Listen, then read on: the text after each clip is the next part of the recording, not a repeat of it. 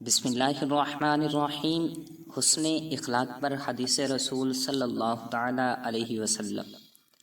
حضرت انس بن مالک رضی اللہ تعالیٰ عنہ سے روایت ہے، میں رسول اللہ صلی اللہ تعالی علیہ وسلم کے ساتھ جا رہا تھا۔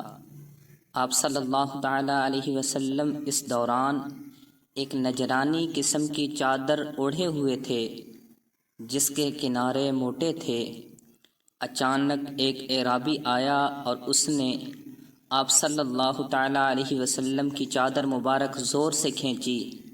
میں نے دیکھا اس کی وجہ سے آپ صلی اللہ تعالی علیہ وسلم کی گردن پر نشان پڑ گیا۔ پھر کہنے لگا، اے محمد صلی اللہ تعالی علیہ وسلم، آپ کے پاس جو اللہ کا مال ہے اس میں سے مجھے دینے کا حکم دیجیے۔ رسول اللہ صلی اللہ تعالی علیہ وسلم اس کی طرف متوجہ ہو کر ہنسے اور مسکرا دیے، اور رسول اللہ صلی اللہ تعالی علیہ وسلم نے اس کو مال دینے کا حکم دیا۔